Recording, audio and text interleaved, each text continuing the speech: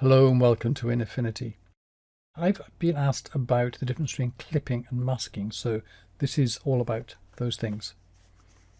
So first of all, let's just take a shape here and draw it. There we go, we've got a rounded rectangle, so over on the layers panel you can see it's there above the background picture, so therefore it appears. Now then, when I can put this as inside this picture here, it has a relationship with it.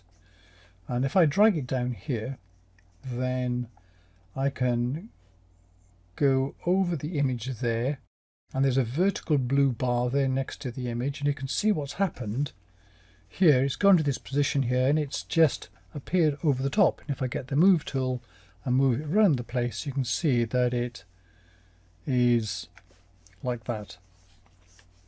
Now then, that's called the masking position because it's effectively acting as a mask. The colour, by the way, of this shape does not matter at all. It can be anything.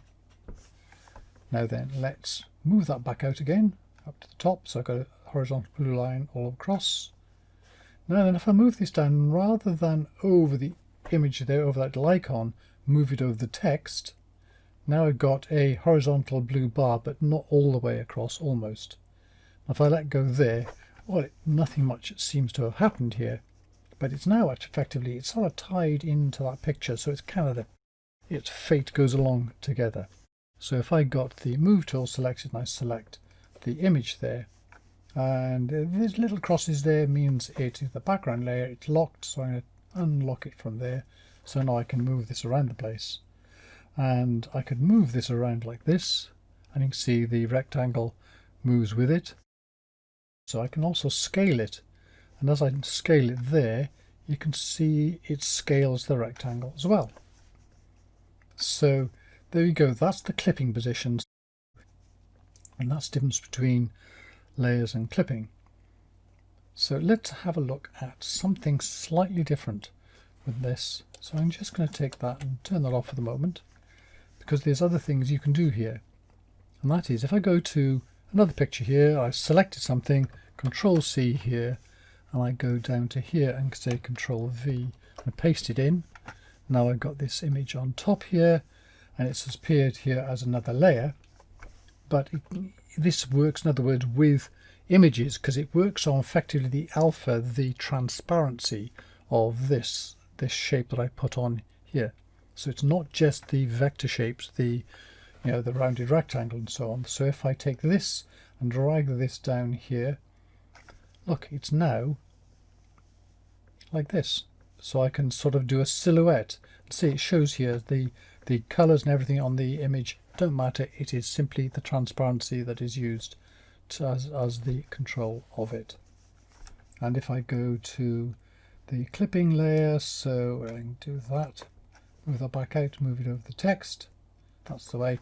If in doubt, if it's not working properly, take it out, then put it back in again, and then we can move this around here. And if I take the background layer, this will move with this as well. If you want to do this, by the way, via the menu system, if you don't like the dragging around stuff, then what I do is, if I want to put this on the inside as a clipping layer, then I go to Arrange and Move Inside. And it's now attached so that if I take the outside, they move together. Now then, if I want to take it out again, I can click that there and go Arrange, Move Outside.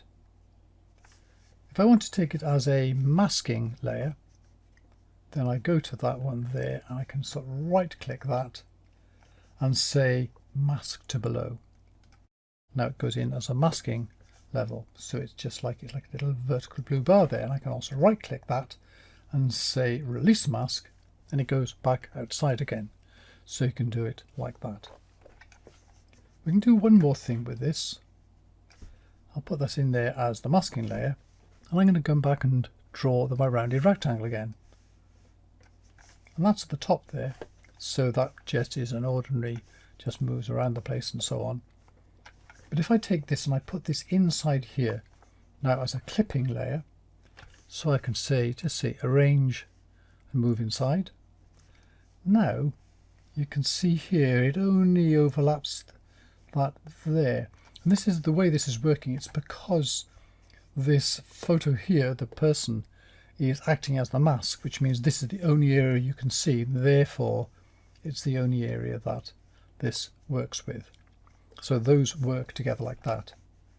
However, if I take this now and say arrange and move outside, take it back out again, and then right click and say master below. So now effectively I've got two masks and these combined, so they've both got to be together. So now I can use this effectively to mask the mask. So there you go. I hope that was useful and thank you very much for watching.